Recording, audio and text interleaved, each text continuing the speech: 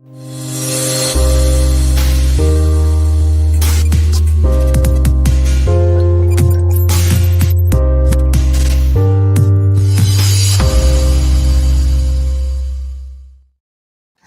and welcome to The Greater Wealth here on Edge Radio Australia. Very, very enthused I am right now to get into the show because I've got the main man beside me, the grand poobah, as it were. So I do these things because I love to distract you, but not in the way that Mr. Carter would, okay? I like to have some level of respect. I'm used to hearing my 6-year-olds and all that talk about poo a lot and laugh about it, but I'd never thought it was coming from you. Oh, poobah, it's a whole different thing. It's got a Fred Flintstone vibe. Of course, the gentleman I'm talking about is Derek Whittaker from Bluskyfactory. Great pleasure to have you on, mate. And we're sitting up here nice and close. We may have some guests pop in later, or depending on time. And well, when are we talking about time? Geez, we've got a lot to fit in today. There is a lot. There's a lot been going on, and you know, I'm doing a presentation tonight for some of my students and my clients, and it's kind of weird. You know, you think Easter's happened, Anzac Day's happened, and you kind of go, well, maybe not much has happened. And then you actually dive in and look at what's going on. I don't know, mate. It's like 6 months worth of material is like there in a week and a half. You're like, completely agree. Far out. We are in accelerated times. We really are. And we're starting to get a little bit of clarity as far as the whole conflict in Europe is concerned, how it's pan out. I don't know if you've heard this on mainstream media, but the US and Ukraine have signed a deal. No. Okay, here's the thing. You won't hear that on mainstream media. They will do everything to bury it, let's face it. So this is huge. This should be starting every news bulletin right now. But hey, alas, it's not. So, of course, we've got the $175 billion money that was donated or given to, well, it's arguable. If you were Zelensky, he was arguing that it was a donation. It was a gift. Yeah, just a special gift. If you're the current administration, you're saying no, it was not. $175 billion US, aiding, of course, Ukraine since the beginning of its conflict with Russia. And now US and Kyiv have signed an agreement to share profits and royalties from the future sale of Ukrainian minerals and rare earths, sealing a deal that Donald Trump has said will provide an economic incentive for the US to continue to invest in Ukraine's defense and its reconstruction after he brokers a peace deal with Russia. Now, let's look at the American perspective from this for a moment. Let's do that.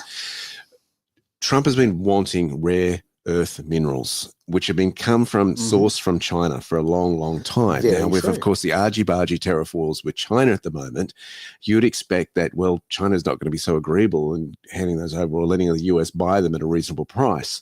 So, of course, you're seeing all these real estate proposals go on from the Trump administration. You know, there's Greenland. Yes. It needs security. Well, there's rare earths in Greenland. There was a deal that we talked about last week, happened in Africa. Was it the Congo? That's right. Yeah. So this is now another part of it where the United States is saying, okay, we gave you all this money for your conflict and you need to start paying the bill now. Well, they do need to start paying the bill. And this is the thing, when we talk about these rare earths and rare metals and so forth, you have to pay your way. We could also talk about the fact that, if I was a Ukrainian, I'd be pretty upset that this deal wasn't done a long time ago, because a lot of men and women have lost their lives over the last few years that could have been avoided. This is all obviously well, the US is saying to that 2,500 people die each week this conflict goes on. That can be either side, Russian or Ukrainian, okay? They're human beings, doesn't matter what side they're on. Exactly. And I know there's always two sides to a conflict. And Trump's been trying to get this deal going so the bloodshed stops. This is now called the U.S.-Ukrainian Reconstruction Investment Fund that is supposed to repay an estimated $175 billion. It signals to Russia that, and some are saying, Scott Bessent, the U.S. Treasury Secretary, is saying agreement signals clearly to Russia that the Trump administration is committed to a peace process centered on a free, sovereign, and prosperous Ukraine over the long term. Now, who said that? The Treasury of the US, US Treasury Secretary Scott Bessent. President Trump envisioned this partnership between the US people and the Ukrainian people to show both sides' commitment to lasting peace and prosperity in Ukraine. To be clear, no state or person who financed or supplied the Russian war machine will be allowed to benefit from the reconstruction of Ukraine. So I like that. Yeah, it's going to be an interesting one, because that's the big concern with a lot of these kind of deals, is that it's just money that goes into the bureaucrats' It's more. pockets. I mean, let's cut the crap. Ukraine for a very, very long long time has been the money laundering center of the earth. Okay, this is where they've laundered so much. So this is not new. Certainly, they've got the infrastructure for it. If we put up the first slide here, Aaron, it's going to show just how rich the mineral supply is in Ukraine, and you're going to get a perspective there as to what kind of resources, mineral resources, they're sitting on. There's obviously in the orange there the rare earths that we've alluded to, but they're also sitting on beryllium, graphite, iron, lithium, manganese, non-ferrous metal, polymetallic, titanium, zirconium, and uranium. So they've got quite a lot of resources that extend down there, right down to Crimea, as you can see. And it's very, very rich earth. And so that's what the United States is saying. Look, you guys have got this debt, but it's not all we're going to take it all from you. It's kind of like they're keeping a percentage of it as well. Sure. Which helps rebuild a nation. And that's so critical. If we've learned anything from wartime experiences, the deal that Germany had coming out of World War I is the reason we had World War II. Exactly right. And that treaty, I can't think of the name of it, the Versailles Treaty, I think it was called. The Treaty of Versailles was a deal that it was just rubbing the defeated noses in it. Absolutely, exactly. And of course, that was the rise, of course, so much nationalism that happened leading up to the Second World War that Hitler was able to do. And of course, America, we rebuilt Japan at the end of the Second World War to ensure that didn't happen. Germany became very prosperous, especially the West. Forgetting about the Cold War for a moment, but the West Germany became very prosperous after Second World War. I mean, you think of big economies afterwards: US, Japan, and absolutely the West of Germany. You know, these were the countries that theoretically, if you look at say Japan, you look at Western Germany. These are the two countries that should have been theoretically starting from a much behind the eight ball, basically. There's always two sides to it. The critics of the deal say that the White House is seeking to take advantage of Ukraine by linking future aid to the embattled nation to give away by revenues from its resources. There's always those kind of other sides of it. But look, it's better than bloodshed. And it's giving them opportunity to rebuild their nation and also build wealth. So, that's not a bad thing. It's interesting where you go from here with Russia because, of course, the United States has had similar conversations with the Russians saying, you've got rare earths. We're happy to build in infrastructure in very remote places. You can imagine with Russia, getting to those Siberia, places, there we go. It's not easy. Hospitable. And they're talking those on that level. So, this sounds like hopefully a win-win for everyone coming out of a very messy conflict. Look, I think so. I mean, look, he's a businessman. Trump is a businessman. He's going to come up with a deal that is primarily, about business, but he does obviously care about people. And if you do look at the end of, say, World War II, there were a lot of companies, American companies specifically, who did ridiculously, and I would say not ethically well, out of the rebuilding of these countries. So I think the balance and common sense has got to come out of it. You've got to put the people first, and they need to pay that debt, but they also need to rebuild their country. The question then comes up, or will come up, right, if America's getting that much out of Ukraine, what happens to all the other nations who gave to Ukraine during this conflict and funding the war, and Australian taxpayers as well? I think a lot of that's going to come down to political issues. Of course, the Australian government has been very supporting Ukraine, whereas the new administration of the United States is like, let's just end the conflict. We don't care who's right, who's wrong. Let's end the bloodshed. These are human beings, okay? It doesn't matter what their flag is. I see the flag everywhere for Ukraine, and normally people are going to be a bit harsh here, but who put the flag up on their social media, or even some people who put them up in their yards, these are generally people who aren't actually educated on the truth, right? These are people who are educated on propaganda, watched on television. End of the day, whether you're Ukrainian, you're Russian, you're whoever, that this is human beings. These are these are the sons and sometimes the daughters of everyday people, and we should care about them. There's got to be that ethics to it. Yeah, we're talking fathers, we're talking brothers. We are. We're talking sons. So, and that's absolutely true. So this is really fascinating how this is playing out, and watch that space as that. Hopefully, that is signaling an end to the conflict. Of course, then you had Zelensky on the weekend talking about how they're having celebrations on Victory Day in Russia. And he says, "I cannot guarantee everyone's safety who attends it." And you're going, "Well, what are you saying?" Read between the lines there. Yep. It's an interesting one, and how to allow these individuals to step down, not lose face. But honestly, I mean, look, they're going to lose a little face. They're There's going to no lose way. more. The problem with Zelensky is he's probably going to lose a lot more than just a little face. Oh, he's going to disappear off to a nice little island with billions of dollars. He'll be fine. I mean, no worries about him. You think? Well, unless he has an accident. Who knows? All right. I think we've got some next video that I was going to bring up. Well, have I jumped the gun a little bit? No, yeah, it's fine. Let's get into that. This is to be clear for where people stand. I think this is a great little video that Vance put out some time ago, really stating U.S. economic policy here and where it's going. So if you had any doubts or you didn't quite understand what's the motivation between all the tariffs and all this stuff, this video puts it very, very succinctly. Take a look. Clear about his plan, about our administration's plan. Our goal is to make it easier and more affordable to make things again in the United States of America. If you invest in America, in American jobs, in American workers, and in American businesses, you're going to be rewarded. We're going to cut your taxes. We're going to slash regulations, and we're going to reduce the cost of energy to build things right here in this country that all of us love. But if you try to undercut us and build outside of our borders, the President Trump's administration has got nothing for you. If you want to be rewarded, build in America. If you want to be penalized, build outside of America. It's as simple as that.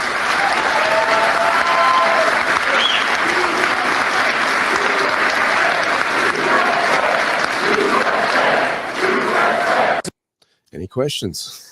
Look, people need jobs, right? And you've got to bring the manufacturing back to the country. And, obviously we're talking about America here. And, over the weekend we've had this. I tell you right now, I've been approached by more people over the weekend than, I don't know, if I was giving out free KFC at Fat Camp, right? Like, honestly, so many people have contacted me about the election here. And looking at the next 3 years of a weak government. Look at the strength of that government. Okay, look at what's going on. Whether you like Trump, Vance, whatever your feelings are here, the fact of the matter is they are genuinely trying to put jobs, Americans in employment again. Now, we have no manufacturing sector here in Australia pretty much anymore. It would be very, very good to see that sort of level of very strength. agricultural base as far as our relations to the US. They import beef from us. That's the big thing. Mining, obviously. But I'm hearing you. Yeah. I by that, when I see the video from Vance, I'm inspired by the fact that you actually want to get people back in your country back to working. We do education. We do a lot in education in Australia as well. Yeah, true. Foreign students coming over here. I think it was interesting to listen to the Prime Minister's speech at the end of the weekend on Saturday. I didn't watch a lot of it. I've got to be frank with you, but it was hearing one thing. Australia has indicated that we have our own way of self-determination. Is basically what he said, without saying, "Hey, we're not going to go the American way." That's basically what he's saying. If you read between the lines, that's how it came across to me. The reality is, you are not going to be able to ignore the United States on the political scene. You can try and create that. But that's what's going to happen. We've got Shaquille. Shaquille's wanting to get in. Shaq It'd be great to have him. So let's bring Shaq in. Hello, Mr. Shaq. How are we? Not too shabby. Not too shabby. Looking $1 million. We would love your opinions on what we're up to at the moment. Have you caught the show? Have you just I don't know, whizzed in off a jet at the moment? Yeah, no. I did hear a little bit of it. Just so you know, I'll be over in Perth next. Well, I'm trying to get over there this weekend, so I'll be over there. So you might see me in the good old studio on Monday next week before I get away from my cousin's wedding. So yeah, I'll just make a couple of comments. Look, I think the US does have to be a little bit careful, but I really like the message. I like the message from JD Vance and Donald Trump about, if you want to build stuff in America, this administration's got something for you, and if you don't, you want to build somewhere else, we've got nothing for you. I thought that's a pretty powerful message. Certainly, they're trying to bring jobs back. Look, when JD Vance was first announced as the VP, I was really quite surprised. I think we all were a bit surprised. I didn't really think that he was the right person for the job, but that was mostly really because I didn't know that much about him. I think he stepped into that role really, really well. I think he totally owns. I think it's a great backup to Donald Trump. It's not like Pence. I think he's actually really proactive. Excuse me. Sorry. I think he's really proactive. So Yeah, look, I think that's great. As so far as our election is concerned, with Canada voting in the Liberals again, and Pierre Poilievre losing his own seat, I actually said to Joel Jamal and a few people here in Sydney, I said, that's what's going to happen here. And sure enough, it did. Now, I think the big difference with us is that the Liberal Party here really did a terrible job, and we've all made comments on it, It was embarrassing. for quite a long time now. It's a terrible job of campaigning that they did. I think one of the biggest issues that are facing centre-right political parties around the world is either you're going to be more Trumpian or you're not. Now, I think that in a lot of our countries, people are concerned about having the level of division that there is in the United States. The problem with that, though, is a lot of people are assuming that that division comes from the so-called MAGA crowd and the Trump crowd. I don't think that's the case at all. I think the United States has become increasingly more divided for quite a long time now, but it really became a lot more divided, I think, under Obama. So I agree with that. Really do. yeah, so I think that the idea that we don't want to take Trump style policies in our countries is going to be too divided or too divisive. That I don't agree with that.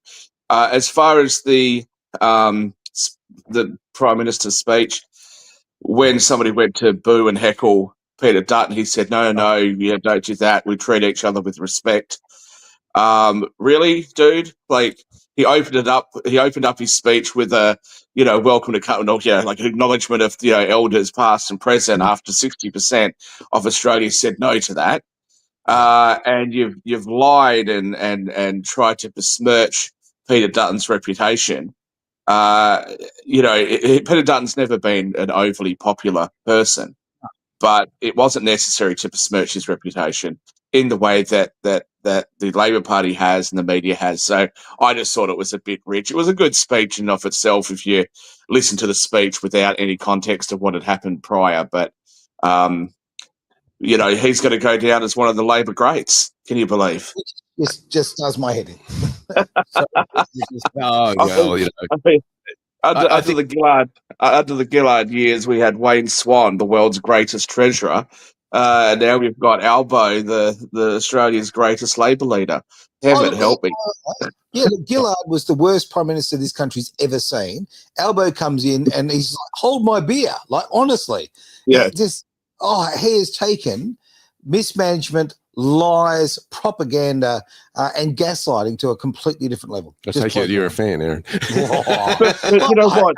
But again, because I've had a lot of people that have said to me, and somewhat in anger and frustration, I guess, who said to me, what the hell is wrong with the Australian people, right? Mm-hmm. I'm not going to go down that path. I don't think it's a good idea to blame the electorate. I think that the Liberal Party, which is, I voted for independence, but I preference the Liberals first.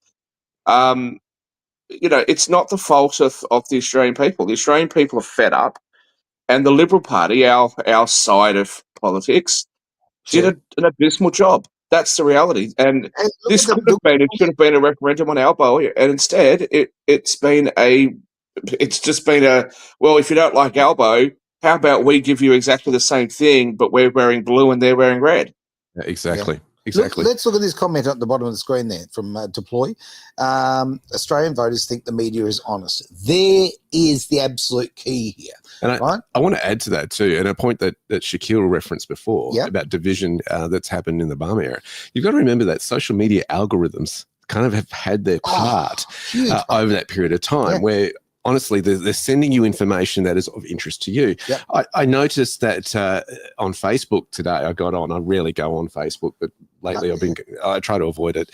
But it was sending me certain leanings towards political influence and going, I'm hardly on this platform, and Facebook kind of knows what my political leanings are and not showing the other side. I'm going, this is interesting. It is. And again, it leads to the whole divisiveness of society, where you hear one side of the story but you're not hearing the other. We're not getting balanced reporting anymore. No, we're not. Well, that's why I actually have multiple devices and different logins, so that I I have a fake lefty, and I have myself as I'm very proudly centre right. Right. Okay, used to be centre left. So your profile picture, your purple hair in the one profile, That's and another right. one. That's right. Gotcha. That's right.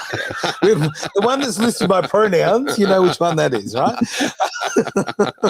Oh, brilliant. All right. Shall we jump on to, now you've brought all some fantastic videos and pictures in. I want to hear the next one from Trump. This is one of his plane interviews by the journalists. And this is kind of an indication where they're already seeing the effects of some of his policies. And I want to jump into that and then look at some really techie stuff as far as finance is concerned in a moment. You'll see where this is going. Americans have more money. Inflation's dropping. Americans have more money, and the country has more money. You know, we've been making $2 and $3 billion a day the last couple of weeks. We didn't make that ever, and we're making a lot of money. And then, to be nice, I lowered the tariffs on everybody. But we've been making a lot of money, and it's always been the other way around. Other countries, in particular China, was making a lot of money. It's interesting. I was with you on the campaign this time last year, and Americans were telling me they weren't planning to take a summer vacation because of inflation, gas prices, airline tickets. It's a different scenario now. What's your message to the American family when they buy those summer vacations this year? Well, we have no inflation. We have lots of success. We have a lot of great things in the hope column. We hope it's going to be concluded, some of these things. We have a border that's totally sealed at a level that nobody's seen. Even during my 4 years, I was very successful with it, but I think we have it even a little more closed. We are allowing people into the country, but they have to come in legally. But I appreciate your question. Yeah, we have no inflation, and people are doing well. And I think what that points out is a few things there. $2 or $3 billion a day is what he's claiming is coming in, with tariffs really only on China and everybody else who didn't retaliate against the tariffs got a 90-day break. That's a really interesting stat when you look at it. It's a great point. Measure that against the, and we'll get to this in a minute, but more on this later, what the savings that Doge has been doing for the US. But people start to feel it when it comes to their holidays. Again, I remember a comment that Shaquille said a few months back, going back about one of his neighbors having to save for his daughter's gymnastics. They wanted a leotard and they had to save for that leotard, and things have gotten to that point for many Australians. You can see this highlighted in this video where he's saying, look, they can go back on vacation now. They can afford a holiday because things are cheaper. Fuel prices are down. They can actually go from A to B. Oh, look, back in the day, okay, your parents used to, let's go for a drive. Remember, that was a economical way for the family to get out there. You spend a couple of hours, maybe stop for ice cream. I mean, that's now get a second mortgage to fuel the car. Like, it's crazy. Yeah. And I think it's interesting when you hear big media saying that there's all these Republicans that regret their vote. No, there's not. If you actually have a look at the stats, most people that voted for Donald Trump are pretty happy with the way things are going at the moment. There is obviously some concern about the extra volatility in the markets. But Donald Trump went to the electorate and actually said, this is what I'm planning on doing. It didn't come as a surprise. Now, what may have come as a surprise is how aggressive he's been about doing things. But remember, he's only got a couple of years before you've got those midterm elections. So he's got to come out and do them now. And I think, he wants it to work. And if it doesn't work, I'm sure that he'll very quickly take things in a different direction. But he's trying to do everything he can to make the United States a stronger country economically, to deal with their ridiculously high debt levels, etc. If I was an American Republican or an American Trump voter, I'd be pretty pleased with his efforts so far. Let's have a look at the Consumer Price Index. This is an index that shows how things are going up or down. They take household items and goods, and they kind of take an average as whether the cost of living is going up or down. This is for the United States. Let's take a quick look at this one. This is a 20-year kind of graph. You can see how things were down very low as far as 2019, just after 2019, around 2020, with the big crash that happened in the markets. And then under the Biden administration, it just skyrocketed to, what is that? About 7-8%, probably 8%, almost 9% there at the peak, and it's come down dramatically since the end of 2023, tapering out in 2024, and then going lower as far as 2024-25 is concerned. That's really interesting. And look, it lists all the items there. Food at home, energy, electricity up the top there, apparel, medical care, shelter, education, communication, food away from home, gasoline or fuel, natural gas, commodities, less food, and new vehicles, etc. That's fascinating. Have a look at the next graph as well. This shows Australia's. It's not over at the same time frame. Right. The Australian one, it's a similar sort of pattern you'll see, which is really, really interesting. So this is from memory. This is, there you go, 2016. So really over the Trump era when he came in just after he came in February, March. But this is an Australian one, of course, from the government website. You can see we actually went negative there in the September 2020 quarter. You can see quite dramatically. Very dramatically. And then, bam, it skyrockets up to almost 8%. So it hasn't been as dramatic as far as Australia is concerned in terms of its peaks in March 2023. But then again, look at that slide coming down. Now, a lot of that, of course, is global influences and the price of gasoline, moving transportation, moving goods around, all that sort of stuff has a flow-on effect. But I think, getting the fuel price down has been absolutely critical as far as inflation is concerned. It's central to it. Let's face it. All of those other things we're talking about, food, for argument's sake, such a fundamental, right? We all need it. It's got to be transported. And guess what? The vehicles take petrol or diesel or fuel. That's what it comes down to. You lower the price of transport, you lower the price of everyday goods. One of the things that's going to influence the Australian chart, obviously, will be housing. That's certainly gone up a lot, and the cost to build a home is increased as well. So that's going to be fascinating to watch as Australia tries to rebuild more houses for the huge population that population increases that we've had over the last 2 years. Play catch up, and of course, hopefully, they reduce our immigration as far as that's concerned. So, look, no, we just signed our death warrant on Saturday. Australia said, let's bring in more immigration. Let's completely destroy supply and demand. That's what Australia said, right? But you know what? I think that I've said this before, and I think it's something that does need to be acknowledged. If you're a homeowner, you want more immigration. Oh, that's just the reality, right? Because we have a critical housing shortage. If you're everybody else, well, pray, because it's going to get a lot tougher. But I think that's also an aspect of why Albo might have gotten a bit more support. Is because one, you may as well embrace immigration, because Dutton turned around and said, yeah, you're not happy, well, we'll cut it by 25%, which still left us with a critical shortage. So, and I think as well that the issues facing us, as well as what's facing the United States and many countries in Europe, is we're not anti-immigrant countries, and I don't see the people on the right as being anti-immigrant. It's who is coming here. Are they going to assimilate into the country? And do they bring valuable skills, or have the potential to bring valuable skills, right? Somebody who comes here when they're 20 years old isn't going to be a skilled worker, but they can work up to that over their lifetime. What we don't want to see is people coming over here and we have to pay for their healthcare costs and the education, the housing and the shelter and this and that, while Australians that have lived here their whole lives are struggling and are living in bloody tents in Melbourne car parks. I think I partly agree with you. I know that homeowners, Shaquille, want to have more immigration coming in until you have to go to emergency ward in a hospital or something like that, or you want to try to get your child into a school with better facilities. I think that's when you start feeling the pinch. These starting to get overcrowded, particularly on the hospital phase. Oh, hospital phase. Okay, I am literally 18 months in to a 3-year wait for an operation. I live in pain every single day. I need an operation, right? And I have to wait 3 years if I'm lucky. The reality is it's far better for me to get on a plane, go to another country and actually pay for the operation. And let's face it, most of us don't have that option.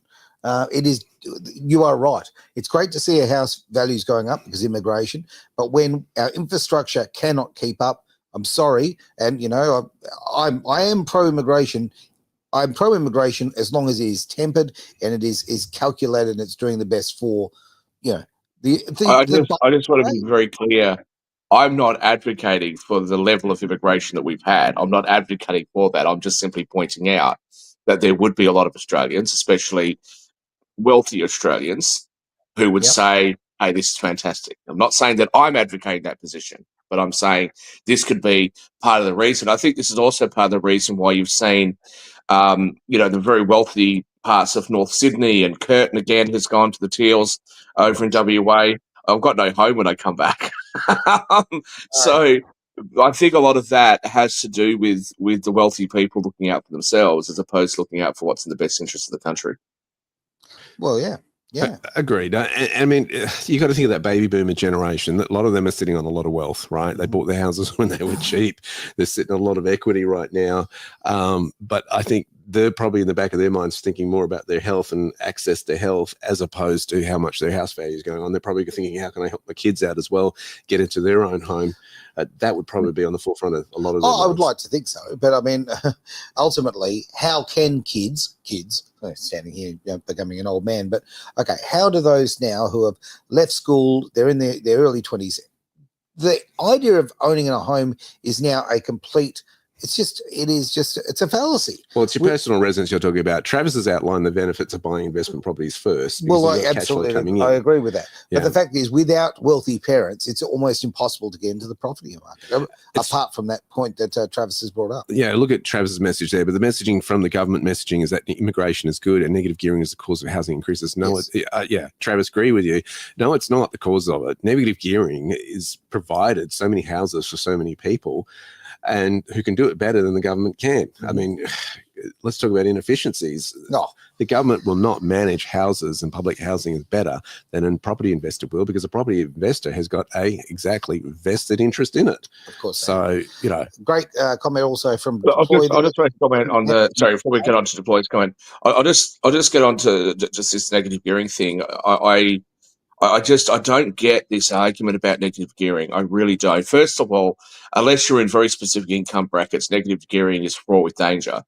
But more importantly, is that negative gearing rarely stays negatively geared, because negative gearing may happen for the first few years, but then as property prices increase and rental income increases, the only way that you can maintain negative gearing is if you actually go and purchase another property. Right. Sure. So if I was to buy one property today and I'm able to negative gear it today, the chances are that within a couple of years, that property will no longer be negative geared. So to get those tax savings, you have to buy more properties, which increases rental supply and puts downward pressure on rental prices. And you only really got to look at the very wealthy areas. I'll talk mostly to our people here in Western Australia. As a percentage return, if you were to rent one of those big mansions in Dalkeith or South Perth or Cottesloe or whatever, you might only be paying like 1% of the value of that property in rent. Whereas if you rented in a more affordable area, you might actually be paying off the mortgage for that person. You are. The truth of the matter is that those blue ribbon properties, the people that are buying them as investments for capital growth don't get very much in rent in the meantime to maintain the thing. What do you want them to do? You want somebody to pay all this money in interest payments. The rent's not covering it and they don't get a tax deduction. And then you want to increase the amount they're going to pay in capital gains as well. And you're thinking that that's going to work. All that's going to happen is we're going to end up with Victorian rules, and you can see what's going on down there at the moment. Yep, agreed. So many great comments coming in, by the way, everyone. Really hard to keep up with them, really. The Greens have stuffed that. There'll be no inheritance tax. There will be, basically. I think he means that there's going to be inheritance tax, yeah. Yes, he's actually mistyped there. But that's obviously coming forward. We're talking about taxes on gains we haven't even had yet. I mean, this is crazy what's going on with the government at the moment. Yeah. Let's look at, sorry, did you want to do some more comments or could we go to the next thing? Yeah, let's go to the next thing. All right, so the next thing is, just briefly, I don't want to spend a lot of time on this, but Trump's put this out about Iran and oil, excuse me. And this is one of his truth statements. If you have a look at it, it's not a video, just throw that up there if you would. Alert, all purchase of Iranian oil or petrochemical products must stop now. Any country or person who buys any amount of oil or petrochemicals from Iran will be subject to immediately secondary sanctions. They will not be allowed to do business with the United States of America in any way, shape or form. Thank you for your attention to this matter, President Donald Trump. I mean, this is, who's calling the shots here? That's the amazing thing about this. But of course, who's buying Iranian oil is what you got to ask. Yeah. And guess who that is? Who? China. Of course. China's been importing Iranian oil. So that's really interesting in terms of the energy side of fight and where that's all going. It's unbelievable. I don't want to criticize Donald Trump. I'm glad that he won the election. I think that not just the United States, but the entire Western world, and by extension the whole world, is safer under his leadership than what it would have been had Kamala Harris won. And also, I think the Democrats just did an abysmal job. And, the gaslighting about how fantastic and sharp and vigorous and energetic Joe Biden was, but we could all see he wasn't, is something that they shouldn't be forgiven for anytime soon. But I do get a little bit apprehensive when Americans throw their weight around like that. Other countries that perhaps have a close relationship to Iran shouldn't then be told that they can't have that relationship with Iran if they want to do business with the United States. What about the other Middle Eastern countries and Gulf countries that have, that have proximity and geographical proximity to Iran that maybe share some of their values? So I think that can be a little bit dangerous. And certainly you don't want to escalate things too much with China. Well, it's interesting. They've also done, the US has done a $3-point-something billion deal providing missiles to Saudi Arabia, UAE, United Arab Emirates. And so that's going to be interesting in terms of them securing their interests in the Middle East. For sure. But I actually, I'm just going to say with Czech, I agreed thoroughly on that. I want to use the term bullying, but it's, let's face it, it's just a little bit of pressure, simple as that. But America's always done this. To have you aligned with them, they tend to control your country financially and who you can deal with. So it's certainly not a new thing. It's not, but that's what I'm saying. I just want to be consistent because I've always had that concern, and I think that is part of the reason why the US dollar, is being a little bit displaced the world's global reserve. It will remain there. I think it'll remain there for a long time to come. But like I said, last year and the year before, we can't have 30% of the world's economy under sanction. And if you are going to do that, it's inevitable that you're going to see things like the BRICS nations, etc., start to form alliances to say, okay, we want to get out of this system that isn't working for us and our population. So, again, I think it has to be careful, but I trust Trump's judgment on this for now. And if he fails, and if the things that he's trying to do don't work, well, then I'll reassess and say we got it wrong. But for right now, I think that he should have the chance to lead the United States and the Western world. I think what you've got to keep in mind too, with any economic changes, it can take sometimes 6 months, 12 months before you start seeing the effects. It's like water trickling down the pipes and that sort of stuff. And I think that's going to be the big one as far as the US economy is concerned. But not only that, but the international effects that it has globally as well, and how much of the nations how they respond to what's these new economic policies and geopolitical situations are happening. Speaking of the Middle East, let's have a look at what Doge has done. They've been digging around. This is courtesy of Fox News here, this footage here. This is a really fascinating piece. Guess what they found? What did they find? Let's click the button and find out. Trump, he's now signed 2 executive orders to start to reduce the number of agencies in the government, and the Institute of Peace was one of them, which is why our team went in to try and understand what was going on. And that's when we found all of the craziness, like the weapons in their armory. We found the payments to the Taliban. Okay. So just try to hide the evidence. Right. So just a few hours after we got into their headquarters, we found that their chief accountant had actually deleted over 1 terabyte of accounting records from several years. So you'd have to ask the question, well, why would somebody do that? And the Doge team, fortunately, was able to recover that data with the help of a few great employees at the Institute of Peace. And I think the most troubling thing was they received $55 million a year from Congress, and any money that went unspent, instead of returning that to Congress, they would sweep it into a private bank account, which had no congressional oversight. And that's what they would use to fund things like events at their headquarters and the private jets. And so I think it's a great example because most Americans don't know what's going on at a lot of these smaller agencies. And this is, I think, the most extreme case of some of the wasteful spend that we're finding. So the agencies are hiding money from you. They're sending it to the Taliban. They have loaded weapons in the department buildings. At the Institute of Peace. At the Institute of Peace. Yes. That's right. So this is a cover-up when you guys roll in. This one, yes, a cover-up. It's a cover-up. They did delete a vast amount of financial information. That's really a definition of a cover-up. Isn't that illegal to delete evidence? Yes. Shred documents? It is. It's certainly illegal to delete accounting records that that Congress would certainly want to know where the congressionally appropriated funds are going from taxpayers. When you catch them going Hillary style on their computers, do you refer this to the Department of Justice? In this case, we did refer the evidence in the accounting example to the FBI and DOJ, and we were proud to do that. So yes, we did. So there you go. Before we respond to that specifically, was that young kid? Is that Big Balls? That's fine. I think it is. It's a difficult angle, but I think that's Big Balls, isn't it? Yeah, you could probably catch those balls from any angle, but Put it in context, Shaq, for those who don't know what you're talking about. Oh well, for those that don't know, a lot of the Dodge staff are quite young. They're 19, 20, stuff like that. And I'm pretty sure that kid that you heard talking, I'm pretty sure his online handle was Big Balls, which is probably something he set up when he was 12. I mean, like we all set something up when we're 12, and then by the time we get to an adult, we're like going for our first job interview and say, what's your email address? Oh, it's bigballs@yahoo.com.au. Oh, you've got to love it. Okay, we're making light because we're just trying to lighten the mood of the fact of let's cut the crap.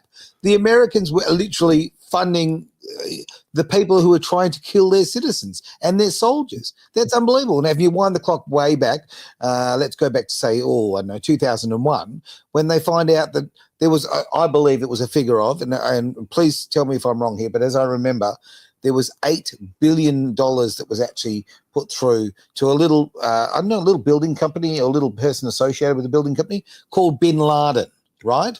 Okay, in the late 1990s, right? That went through, and obviously we know what happened on September 11, 2001. It's all about history repeating itself, right? Things just don't change until you get Trump in. Yeah, I think one of the most egregious that Australians. Sorry, am I still here? You are. Yeah. Okay. Sorry, phone call coming. I think one of the most egregious things that Australians feel, and citizens of the United States feel, people in the UK feel, is the taxpayer dollars that are being spent on things which don't appear to be priorities to us. And I think that that's what people have a real concern about. It's very interesting because, we, us three certainly are centre right. Probably Derek's probably a bit more on the right than I am, for example. But there's been a bit of a change in what centre right people talk about.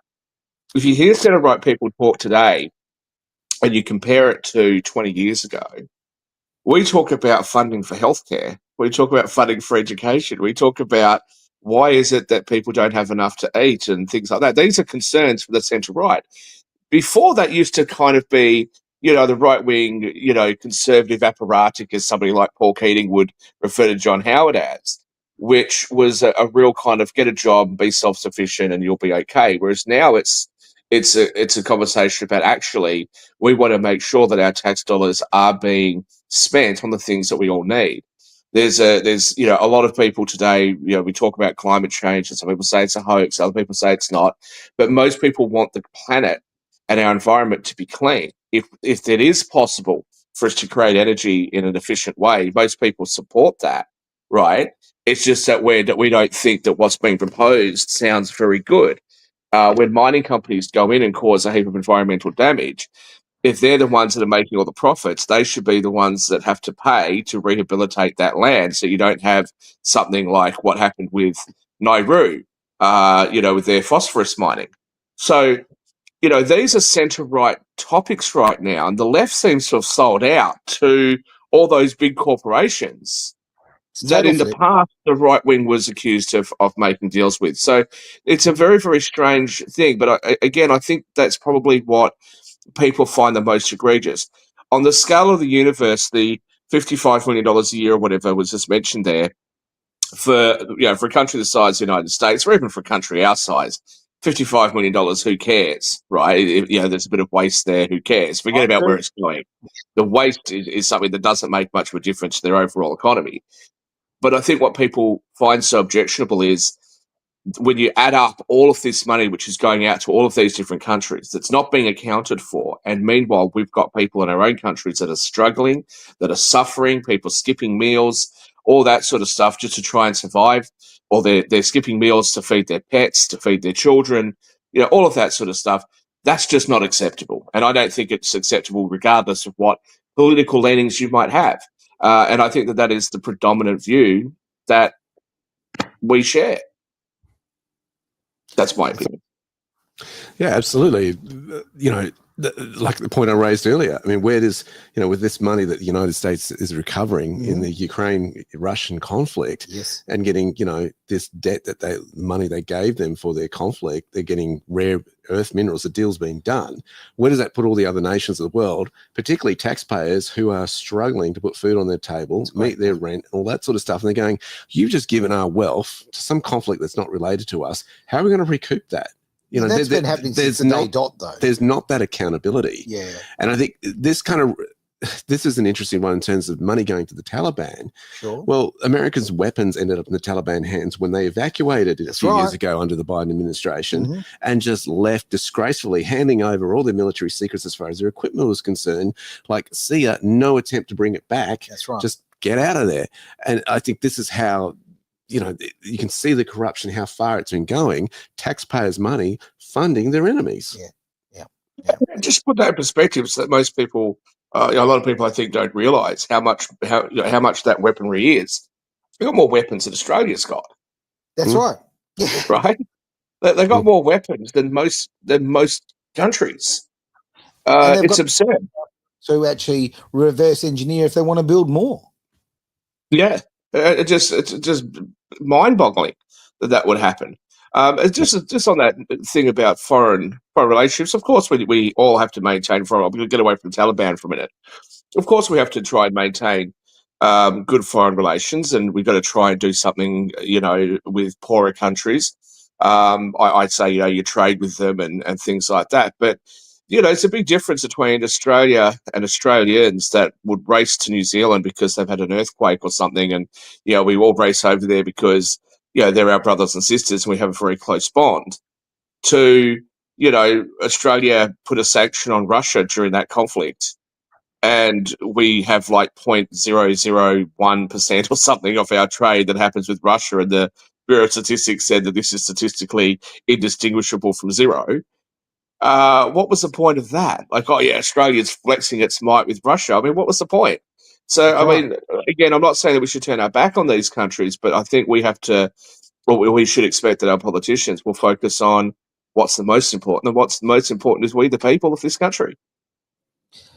Well, that's what politicians have lost sight of over a very long period. They do not serve the public anymore. They don't consider themselves public servants, rather, and certainly don't consider themselves to be representatives of the people. If they do, my word, they're doing a very, very poor job of it. Well, we're also starting to review who we give money to internationally. At least the Trump administration is leading that way. They've stopped their funding to the World Health Organization, the World Economic Forum. Also, the next one that's on the target list here is the United Nations. Last year, they're going through a cash fall situation where they're saying they could run out of cash within months. The Economist has reported that last year the United Nations had a $200 million cash shortfall, despite spending only 90% of its planned budget.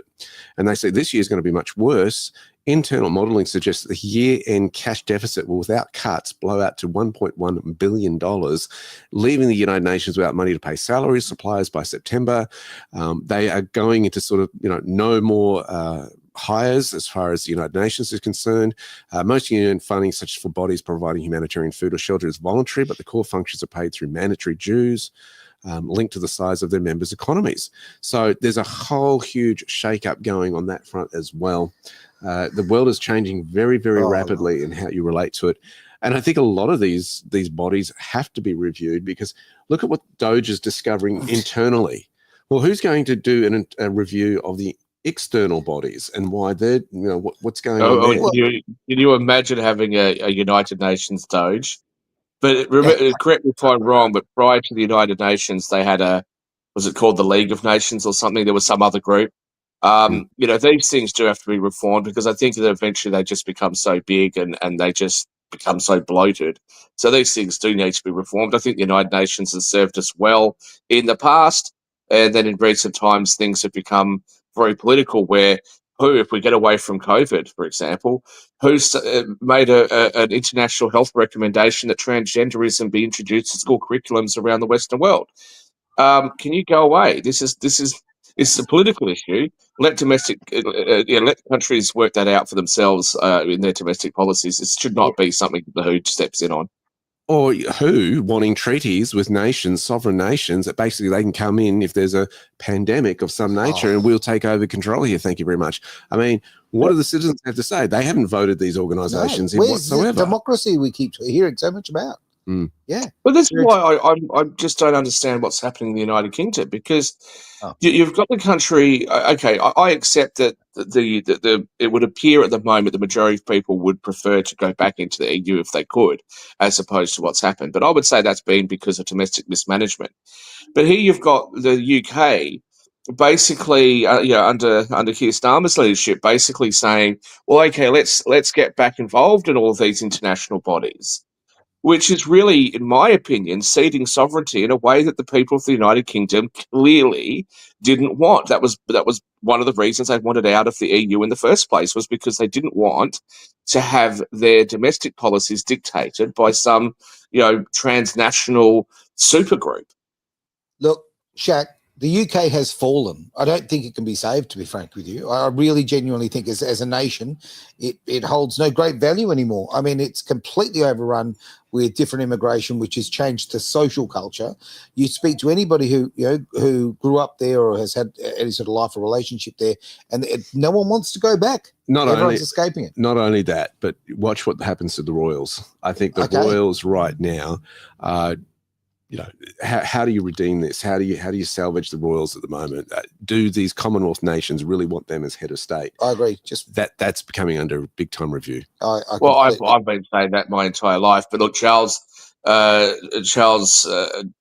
appears, and I certainly don't wish this on the man, but I don't think he's going to be around that long. And then we'll have William and Kate, but. Yeah, I think that they've become less relevant. I think Harry's done a lot of damage. I think he should be stripped of his titles, personally. That's my view. But be that as it may, I think one of the mistakes Charles made is that he actually got very involved in politics in a way that his mother didn't. Mm-hmm. And I don't understand why. I don't understand why he did that. His ego. Maybe. Really don't. Yeah. Gentlemen, we have to finish the show. We're completely over time, which is what we do every single week. Great to see you, Shaq, mate. It's been too long. So great to have you. Next week, we'll have you on the hot seat here in our studios, and we'll have a big catch-up about all sorts of things. But for now, thank you very much for being part of the Greater Wealth here on Edge Radio Australia.